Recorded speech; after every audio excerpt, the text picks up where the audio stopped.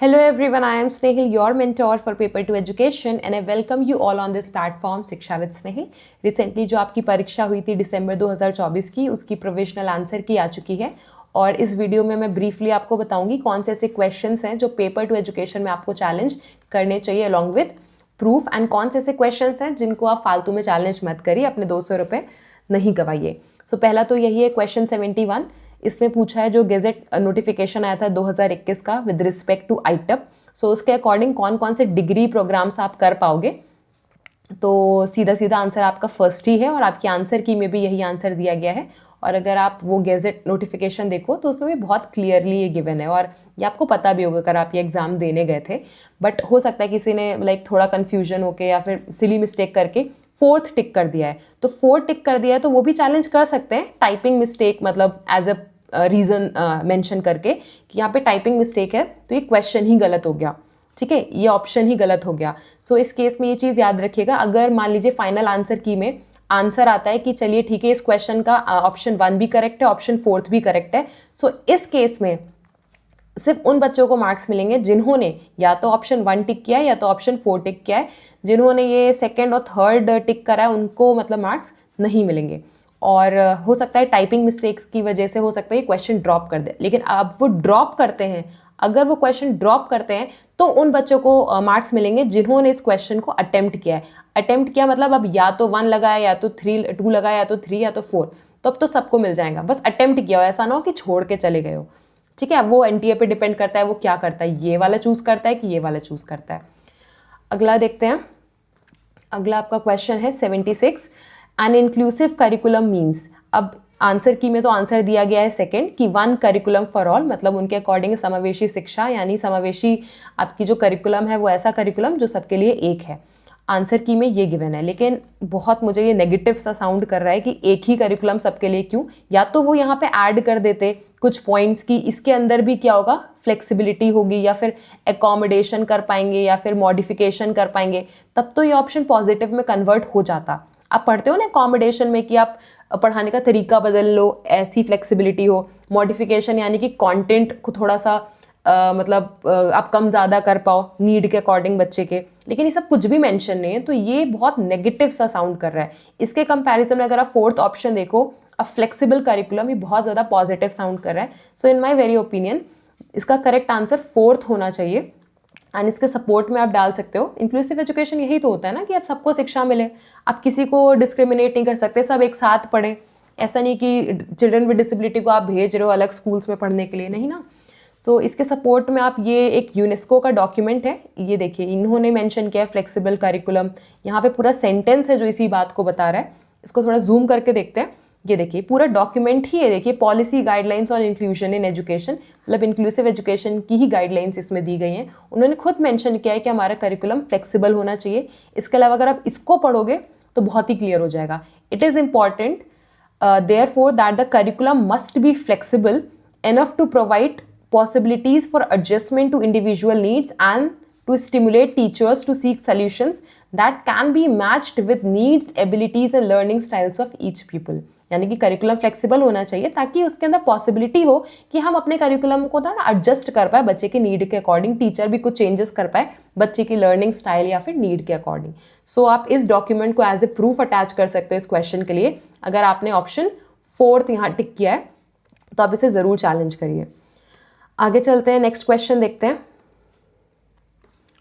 ये मैंने थोड़ा सा थ्योरी पार्ट ऐड कर दिया है क्योंकि अब ये जो कॉन्सेप्ट है थोड़ा डीप में आने लगे हैं। तो मॉडिफिकेशन अगर उन्होंने मेंशन किया होता उसमें तो आपका सेकंड ऑप्शन ठीक होता, लेकिन उन्होंने ये दोनों टर्म या फ्लेक्सिबल टर्म कहीं पे भी मेंशन नहीं किया है ऑप्शन 2 में।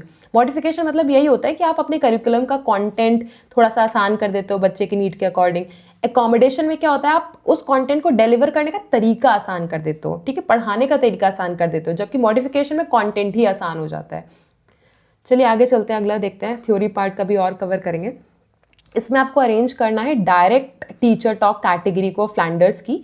तो देखते हैं कौन कौन सी है। एक्सेप्ट फीलिंग्स, प्रेजेस और encourages, C is ask questions and D is using people's idea. So इन्होंने जो आंसर दिया है वो आपका दिया है फर्स्ट वन। सो इसमें सबसे पहले बड़ी गलती तो यही है, ये जो कैटेगरीज है ये इनडायरेक्ट टीचर टॉक की हैं, इनडायरेक्ट टीचर टॉक की है। ये देखिए मैंने आपके लिए यहाँ पे एक अटैच किया है। यहाँ पे आप देख सकते हो आपकी जो टोटल 10 कैटेगरीज होती है फ्लैंडर्स की, उसमें से 7 आपकी होती है टीचर टॉक की। टीचर टॉक को भी फर्दर डिवाइड करते हैं इनडायरेक्ट और डायरेक्ट में। अगर आप इनडायरेक्ट में देखो तो पहली है एक्सेप्ट फीलिंग्स, और जबकि इसके आंसर के अकॉर्डिंग अगर आप देखिए इन्होंने बोला है कि बी पहला हो गया। ये देखिए बी पहला हो गया, तो ये तो गलत हो गया। तो इनका आंसर इसमें आप देख सकते हो गलत दिया है। आपका करेक्ट आंसर क्या होना चाहिए? A B D C. अब ए बी डी सी देखिए कहीं ऑप्शन ही में नहीं दिया है, ए बी डी सी कहीं नहीं है ए बी डी सी। सो ये क्वेश्चन तो वैसे ड्रॉप होना चाहिए और सबको मार्क्स मिलने चाहिए जिसने भी इस क्वेश्चन को अटेम्प्ट किया है। और इसका प्रूफ आप देख सकते हो रिसर्च गेट के बहुत सारे पेपर्स हैं, एक नहीं बहुत सारे पेपर्स हैं, वहाँ पे आपको ये टेबल्स मिल जाएंगे।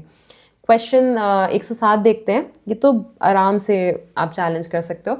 इसमें आपसे पूछा गया है कि जो 4 वैल्यू सिस्टम है इंडियन कल्चर के, उनको आपको बताने एक हायरार्किकल ऑर्डर में। तो ये इग्नू का एक डॉक्यूमेंट है, इसको मैं शेयर कर दूंगी अगेन टेलीग्राम पर। शिक्षा विद स्नेहिल को आप ज्वाइन कर लीजिए, अगर ज्वाइन है तो आपको ये प्रूफ मिल जाएंगे। उसमें जो पुरुषार्थ हैं उनका सीक्वेंस दिया गया, आप देख सकते हो कि 4 होते हैं मेनली। एक आपका धर्म, अर्थ, काम और एक मोक्ष। तो आप देख सकते हो DAKM मैच करते हैं, DAKM। सो करेक्ट आंसर आपका होना चाहिए DAKM, यानी कि ऑप्शन फर्स्ट आपका करेक्ट होना चाहिए। लेकिन आंसर की में आपका आंसर 4th दिया गया है। सो इसको आप चैलेंज कर सकते हो ये बोल के कि करेक्ट आंसर आपका फर्स्ट होना चाहिए, and as a proof you can attach this IGNOU document. आगे चलते हैं 114। ये मुझे समझ नहीं आ रहा सब क्यों इसको चैलेंज करना चाहते हैं। मेरे पास बहुत सारे स्टूडेंट्स ने स्क्रीनशॉट भेजा और बोला कि इसको चैलेंज करना है मैम, इसका प्रूफ दीजिए। सो आप इसको क्यों चैलेंज करें? इसमें यही तो बोल रहे हैं कि आपको फ्लेक्सिबिलिटी के अकॉर्डिंग इसको अरेंज करना है। सबसे ईजी ये वाला होता है आपका पब्लिक डोमेन वाला। तो सबसे पहले आपका बी हो गया, उसके बाद क्या होता है, उसके बाद आपका CCBY, ठीक है, जिसमें सिर्फ आपको एक्नॉलेज करना होता है। सो आपका डी हो गया। उसके बाद आपका आता है कौन सा, शेयर अलाइक, तो आपका ए हो गया। उसके बाद आपका आता है नॉन कॉमर्शियल, ठीक है, मतलब पैसा नहीं कमा सकते आप। सो ये हो गया आपका ई। उसके बाद आपका है नॉन डेरिवेटिव, तो आपका हो गया सी, BDAEC, BDAEC। तो सेकंड ऑप्शन सही है और सेकंड ऑप्शन भी आपका आंसर की में गिवन है। और इसके प्रूफ में देखिए बहुत सारे ऑथेंटिक मतलब सोर्सेज, आई डोंट नो क्यों इसको चैलेंज कर रहे हैं। ये आंसर जो आंसर की में आंसर दिया गया, इसको सपोर्ट करने के बहुत सारे डॉक्यूमेंट्स हैं। आप ये इग्नू का देखिए मटीरियल, इग्नू के इस मटीरियल में देखिए ये पूरा सीक्वेंस यहाँ पर दिया गया है। इसको थोड़ा जूम करके मैं आपको दिखाती हूँ। ये देखिए सबसे पहले ये आपका BY वाला है, इसके बाद आपका देखिए BYNSA है, स्क्रीनशॉट थोड़ा क्लियर नहीं है। ये BYNC है, ये है आपका BYNC, और ये है शेयर अलाइक।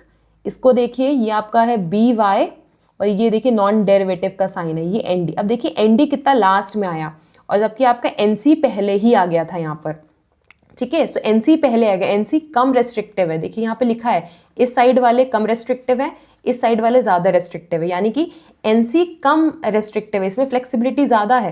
तो अब देखिए हमारे इसमें भी जो NC है, वेयर इज NC, ये देखिए NC यानी E। देखिए E हमारा जो C वाला है ND, इससे पहले आया है। सो बिल्कुल करेक्ट दिया है इसमें।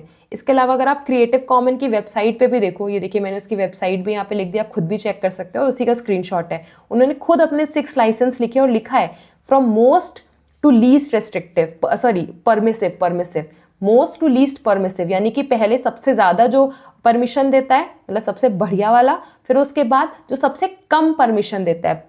तो सबसे सीक्वेंस को देखते हैं एक बार। ये देखिए ये आपका सीक्वेंस है, इसी को मैंने यहाँ जूम करके लिखा है। सबसे पहले आपका BY, दूसरा फिर आपका BYSA, तीसरा आपका BYNC, देखिए अगेन NC आपका पहले आया है। फोर्थ देखिए NCSA, यहाँ पे ND। अब देखिए ND बहुत बाद में आया है। तो आप देख रहे हैं ना, इस क्वेश्चन को आप मतलब चैलेंज मत करिए फालतू में, मुझे लग रहा है पैसे ही जाएंगे। अगर आपके पास है कोई बहुत ऑथेंटिक मतलब प्रूफ कि हाँ इग्नू के मटेरियल में या फिर गवर्नमेंट की किसी वेबसाइट में या फिर कोई ऑथेंटिक वेबसाइट में अगर दिया हुआ है जो आपको लग रहा है कि आंसर होना चाहिए, तब आप चैलेंज करो। अदरवाइज फालतू में कोई रैंडम स्क्रीनशॉट या फिर रैंडम कहीं आपको गूगल में इमेज मिल रही, उसके बेसिस पे आप उसको चैलेंज मत करो। सो मेरे अकॉर्डिंग तो इसको आपको चैलेंज नहीं करना चाहिए। है आपके पास तो आप कर दो, otherwise there is no need. जो आपको चैलेंज करना है वो आप एक बार देख सकते हो। पहला तो आपका ये वाला था, इसमें भी टाइपिंग मिस्टेक है तो शायद ही मार्क्स मिले। इसके अलावा हाँ इंक्लूसिव करिकुलम वाला आप कर सकते हो, इसमें हमारे पास सॉलिड प्रूफ है। इसके अलावा नेक्स्ट आपका जो था, हाँ ये देखिए टीचर टॉक वाला भी कर सकते हो, ये डायरेक्ट दिया गया जबकि यहाँ पे इनडायरेक्ट कैटेगरीज गिवन है। इसके अलावा ये जो आपके ये जो धर्म वगैरह ये सब दिए गए इनको भी आप कर सकते हो। इसका भी हमारे पास सॉलिड प्रूफ है, जो पुरुषार्थ हैं आपके 4।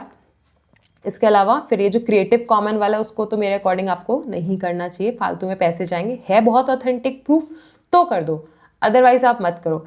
इसके अलावा ये देखिए इसमें ये भी है कि थोड़ा सा चलिए मान लेते हैं कि थोड़ा सा यहाँ पे स्पेलिंग मिस्टेक है, लेकिन आप देखो यहाँ पे सिंबल भी तो दिए गए हैं, इससे समझ लो। तो मतलब बहुत मुश्किल है कि ऐसी चीज़ें वो कंसीडर करें। बट स्टिल अगर आपको लगता है कि आप बिल्कुल बॉर्डर पे हो सकते हो मतलब कट ऑफ के, तो आप कर दो अपनी मन की शांति के लिए। इसकी मैंने पीपीटी भी लगभग रेडी कर लिया है, पूरा क्वेश्चन 1 से लेकर क्वेश्चन 100 तक डिस्कस करेंगे। और नए हैं तो प्लीज़ सब्सक्राइब कर दीजिए चैनल को, लाइक कर दीजिए अगर इन्फॉर्मेटिव लगा, एंड कमेंट करिए अगर अभी भी कोई क्वेरी है, शेयर करिए उनके साथ जो शायद चैलेंज करें। और ये सारे प्रूफ आपको मेरे जो टेलीग्राम चैनल है शिक्षा विद स्नेहिल, उसमें मिल जाएंगे, उसको आप ज्वाइन कर सकते हैं। Thank you.